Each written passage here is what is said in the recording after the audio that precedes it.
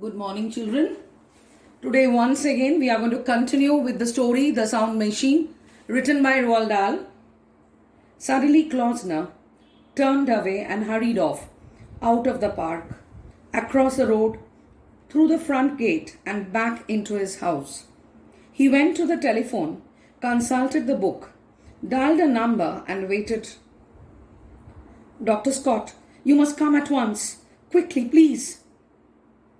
It's 6:30 in the morning, the doctor said, and you call me, but you're not ill. The doctor heard the frantic, almost hysterical note in the man's voice, the same note he was used to hearing in the voices of people who called up and said, "There's been an accident. Come quickly." He said slowly, "You really want me to get out of bed and come over now?"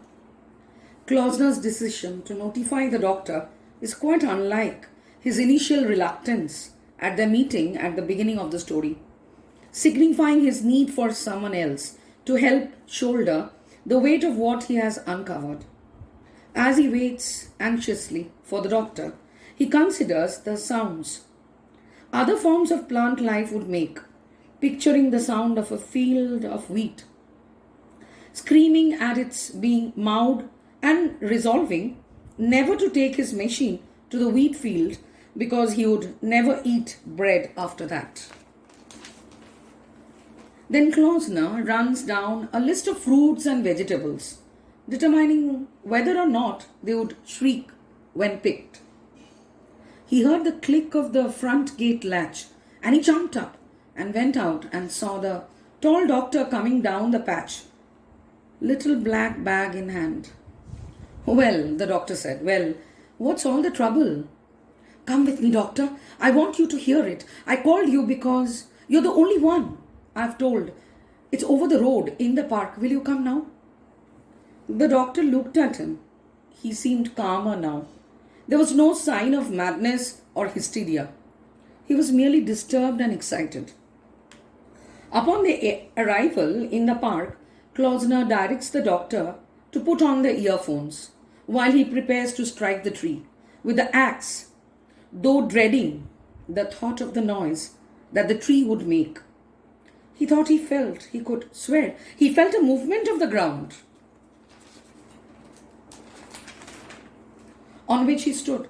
He felt a slight shifting of the earth beneath his feet, as though the roots of the tree were moving underneath the soil. But it was too late to check the blow, and the axe blade struck the tree and wedged deep into the wood. At that moment, high overhead, there was the crackling sound of wood splintering and the swishing sound of the leaves brushing against other leaves, and they both looked up, and the doctor cried, "Watch out! Run, man! Quickly run!" The doctor, who has torn off his earphones and is now running away, yells for the spellbound Klausner to move just as a 60-foot branch falls and destroys the machine. The doctor rushes to check on Klausner and is relieved to find him unharmed. Klausner meanwhile grows increasingly fervent and aggressive, pressuring the doctor into admitting that he heard the trees cry. After all, without the benefit of a concrete second opinion and a functional machine, he has no way of verifying his discovery. "Did you hear it?" he said, turning to the doctor.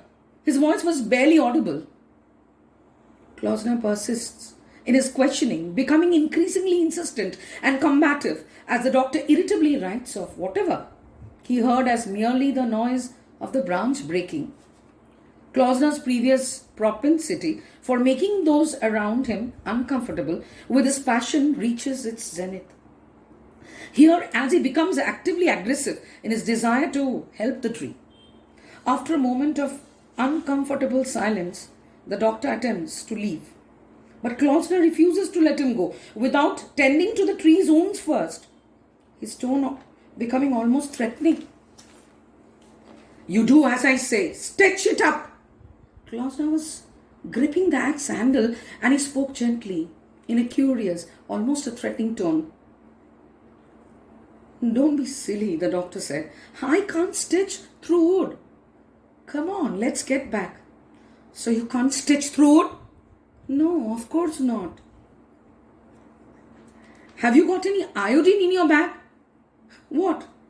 What if I have? Then paint the cut with iodine. It will sting, but that can't be helped. Now look, the doctor said, and again he turned as if to go, let's not be ridiculous. Let's get back to the house and then paint the cut with iodine.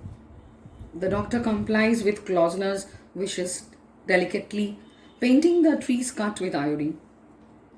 According to Klausner's directions, and keeping a keen eye on the man as he's still holding the axe, now with an even tighter grip than before, Klausner asks the doctor if he will return to check on the tree again the next day to put more iodine on it. The doctor agrees. Oh yes, the doctor said, of course, and put some more iodine on. If necessary, yes. The doctor gently takes him by the arm and leads him away, telling him that, come on, we must go now. And suddenly they were walking away, the two of them, walking silently, rather hurriedly across the park, over the road, back to the house. The final depiction of Klausner, crazed and wild, with an axe in hand, leaves readers to question if his machine even worked in the first place, or if it was merely a delusion. By writing of Klausner as crazy and denying having heard anything, the doctor might be trying to avoid facing the horrors that the discovery entails.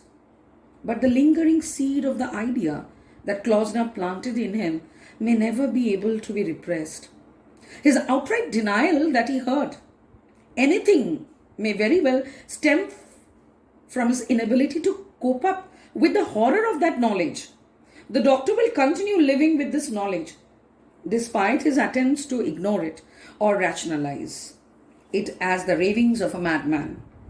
By portraying two men of science in their respective battle and failure to process such a significant discovery, Dahl makes an implicit argument regarding the nature of humankind's ability and willingness to comprehend the mysteries of the world, has to offer potentially, suggesting that some discoveries have an impact that cannot stand up to rationalization or dismissal. The question of whether humans are worthy of some knowledge becomes central to the story as Klausner first uses the machine and makes the discovery that plants can feel pain. With this, Dahl seems to be recognizing that obtaining new knowledge doesn't always make life easier, sometimes presenting ramifications that humans may not be equipped to contend with. In doing so, he levies a criticism of science and the danger some of its advancements may represent. The ramifications of Klausner's discovery raise some serious questions regarding the nature of mankind's relationship to science and knowledge. The allure of the unknown may be attractive, but it is possible that our natural inclination towards the unknown may open up knowledge we were far better off without. The writer does not give us any answer at the end. Did Klausner really hear some sounds beyond the realm of human perception? Or was it just his imagination? The story ends in an ambiguous manner. Perhaps Dahl is suggesting that to succeed in life, an individual needs to balance.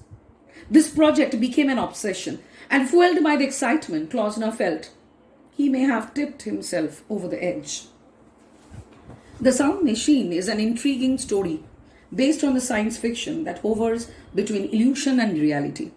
It has the same fantastical elements that permeate in almost all works of Roald Dahl, underneath which lies the sinister side of human nature. This thin line between sanity and eccentricity gets blurred when our protagonist, Klausner's fascination with acoustics and yearning to test a theory becomes an obsession. In spite of hovering on the level of absurdity and fantasy, the story has a subtle message that the world must respect all living things, no matter how insignificant they may appear. The need to be more compassionate towards Mother Nature is subtly highlighted as Dahl tries his best to create awareness in his readers regarding the rampant destruction of our natural surroundings.